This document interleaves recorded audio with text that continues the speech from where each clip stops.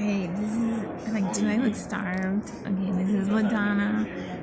And she was starved in the LA partnership. This stuff is framed here. This engineer starving. Okay, for design. Okay, engine.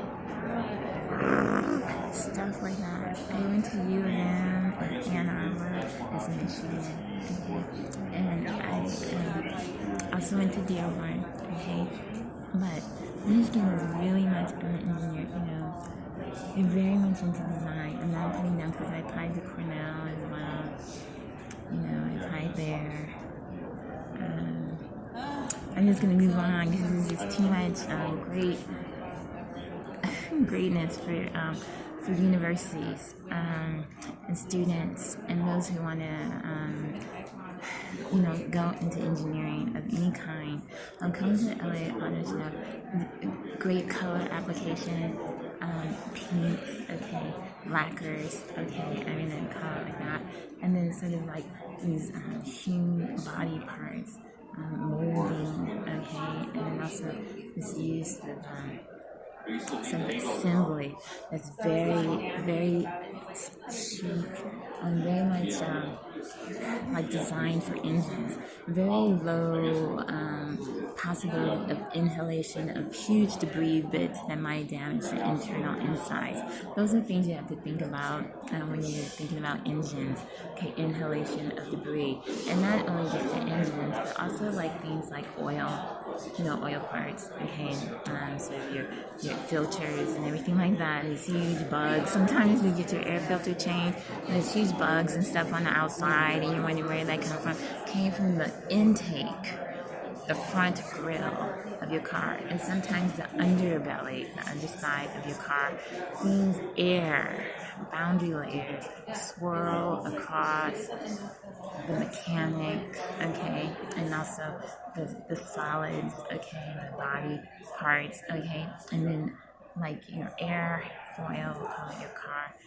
The stuff swirls around and eddies, vortices, and that stuff has particulates in it, sometimes life forms, mosquitoes, bugs, okay, dragonflies and stuff, and they get stuck up in that grill, okay, you don't want it stuck up in that engine, get it stuck up on that grill, and then wash your car, okay, and then you have something going that's a clean car, clean engine. Okay, and that is like really great.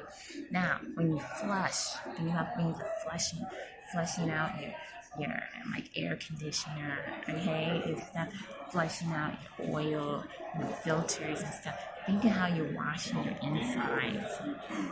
That gunk is going out, and then think about how you're helping the earth by having handlers handle that stuff, okay, that you don't want, that your car can take, okay, that engine parts can take. That's the stuff I'm learning and seeing here. Now, the learning is me walking around. I had a great talk with Bray Bow, I believe, Bray Bow, but their brakes specialist. I'm sort of limiting them, I think, because I also showed rotors and composites and like a material science engineer, daydream. Okay, I would totally be applying for them if I was MSc, mechanical, okay, aeronautical as well. Also industrial, in the engineer, computer.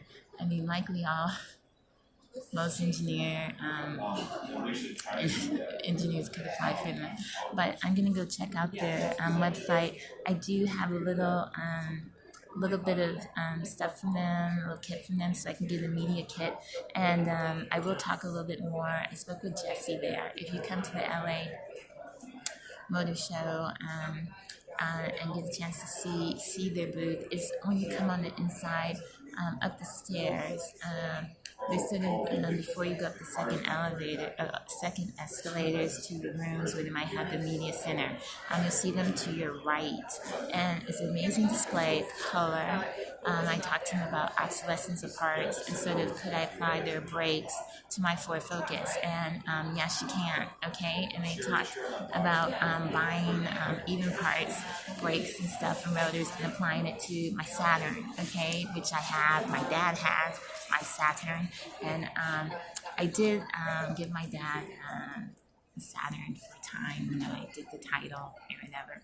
But he knows I want that car back, and so when I get it back, and hopefully it'll be soon, I will update it and sort of bring it back up to speed and stuff like that. Saturn, as you know, is a company that's sort of left, hopefully only temporarily, and it will return. Okay, it's under GMC and stuff like that, I believe. Okay, but I bought that car. I had a great fanfare when I purchased that car, Saturn.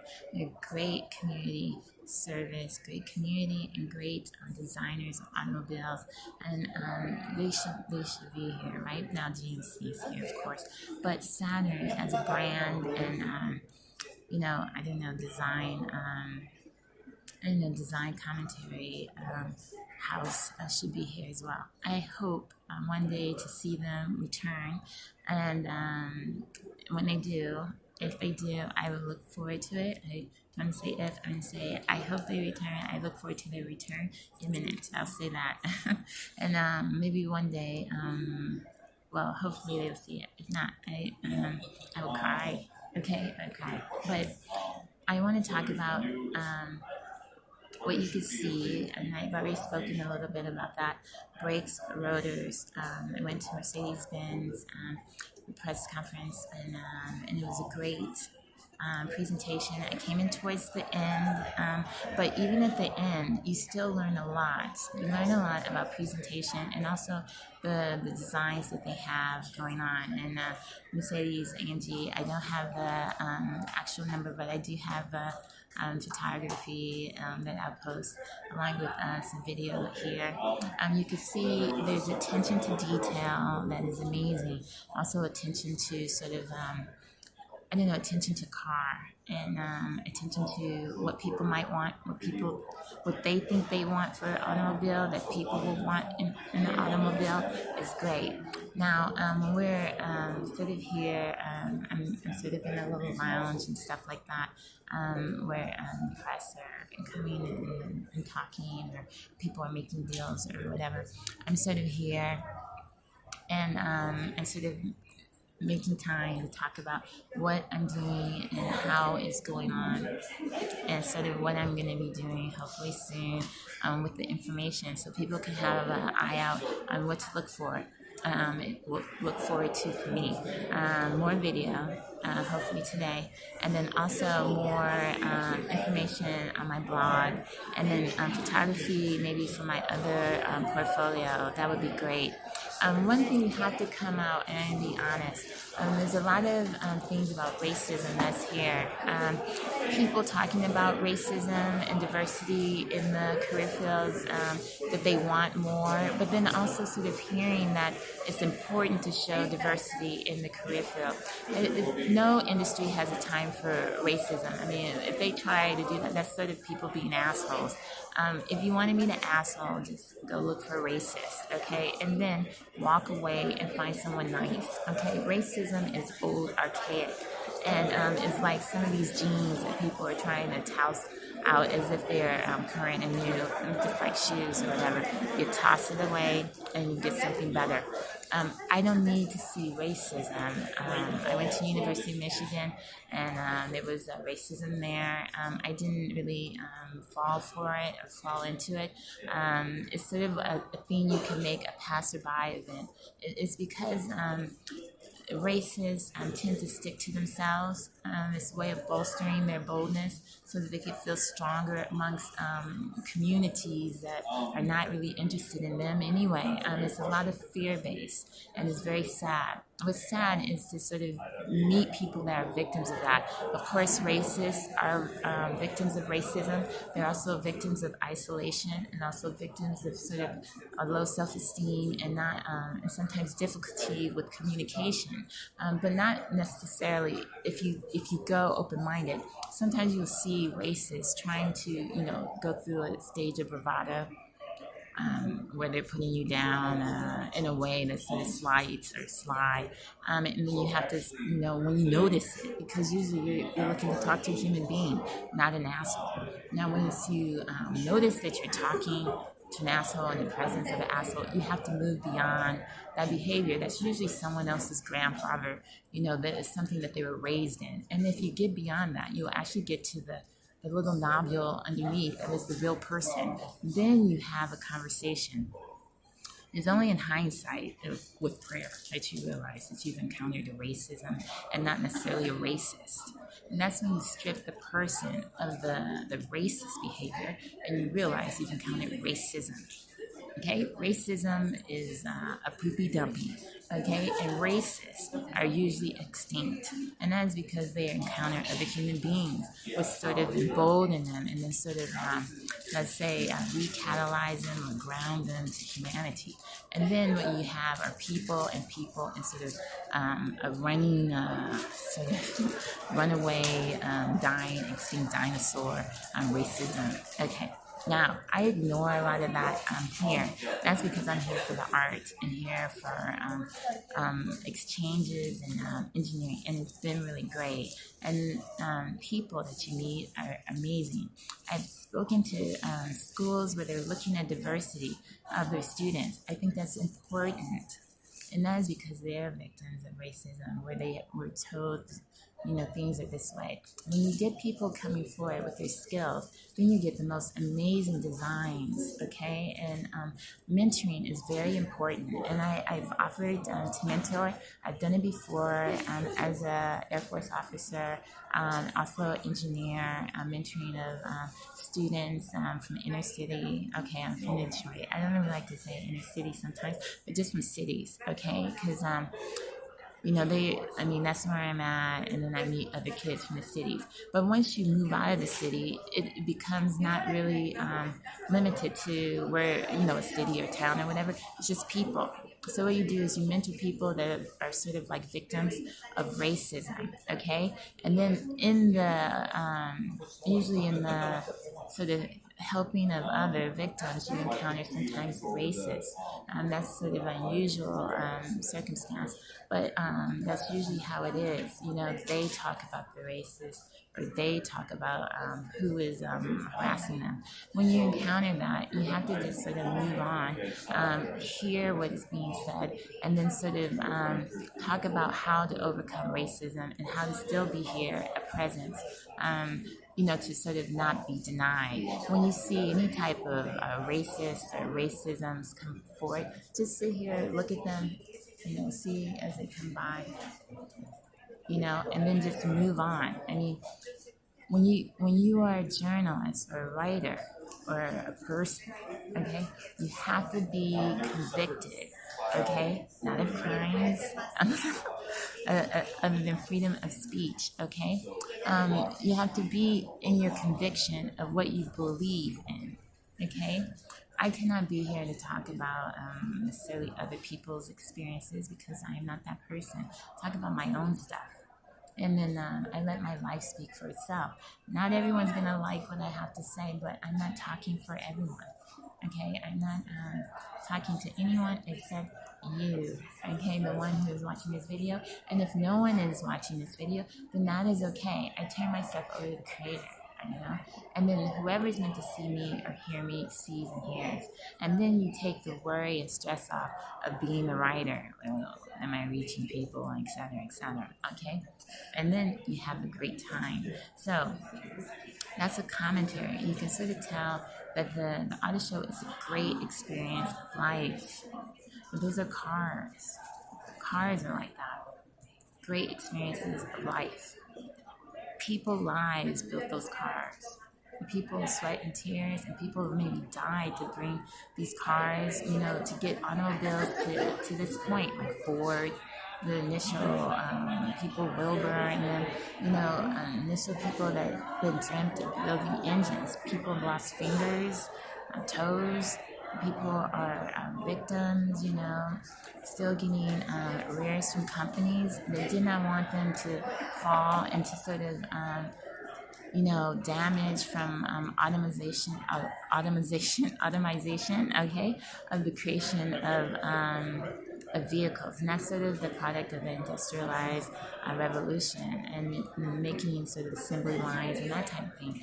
But people are dedicated to the advancement of technology, and despite their injuries, we still have cars here, and we still have futures of future ideas and future cars. And when you come here, you see a lot of futures, a lot of extreme design, and a lot of enduring design, a lot of practical design, like meaning for the common person, but also applications for what you might think is out of your reach, that can be within your reach. Don't come here thinking that you cannot afford or whatever you might want for your design. If you are upgrading your car, or you want to redesign your car, or even you have a part in your car you don't want anymore, you want to change it out just because you want something better, you want to accessorize, you want to sort of up the scales and make it maybe a couture it or whatever, then go get that part, get those brakes, get those rotors. This is a place that anyone can shop. Okay, and that means like Votex students can come here and shop. Usually you get your first cars around age 15. Sometimes you get them from auctions and stuff like that. You can take that $400 clunker that you bought, put it in that driveway, and with your parents or your friends or whatever, take it to that garage on the side, and then get your parts here. Spend your, I don't know, maybe $2,000 on your brakes or whatever, and rotors, and then accentuate your car. This shows that not a frivolousness for cash flow or spending, but sort of like a couturing and curating of design. That you have an eye for design, and you have sort of a penchant, okay, a likeness for cars. But that is your thing, and there's nothing wrong with that. Don't let price or what you perceive to be a caste system keep you deprived of your love. And then when you come forward and sort of design for you, or make things great for you, then look at that, okay? But while you're here, look at the people. Look at who you're next to, and then look at who you're with. Sometimes some of these people you never know. If in some of these companies you never know, it could be the only chance you ever get to see them. Don't waste it, okay? And then if you see things like racism, bring it up, report it. Okay, don't allow a public venue to keep you in a privatized way about crime and evil. I wouldn't. I'm making this video, and I will post it, and people will know about the experience of the LA Auto Show. But they will also know that racism was encountered, and it became just sort of an experience, not an endpoint. Okay, so this is LaDonna with And She Saw Stars. Do go to the LA Auto Show. Do check out the companies I've mentioned. Do check out the exhibit halls. They're open till 7, I think. And then also check out the companies that are here. Even if they seem like you might not ever be able to buy from them, if you like what they're showing, then go anyway. Okay, and when you do, say you had a great time if you did. If you didn't, say that as well. All right, I'll talk to you later. Okay, bye.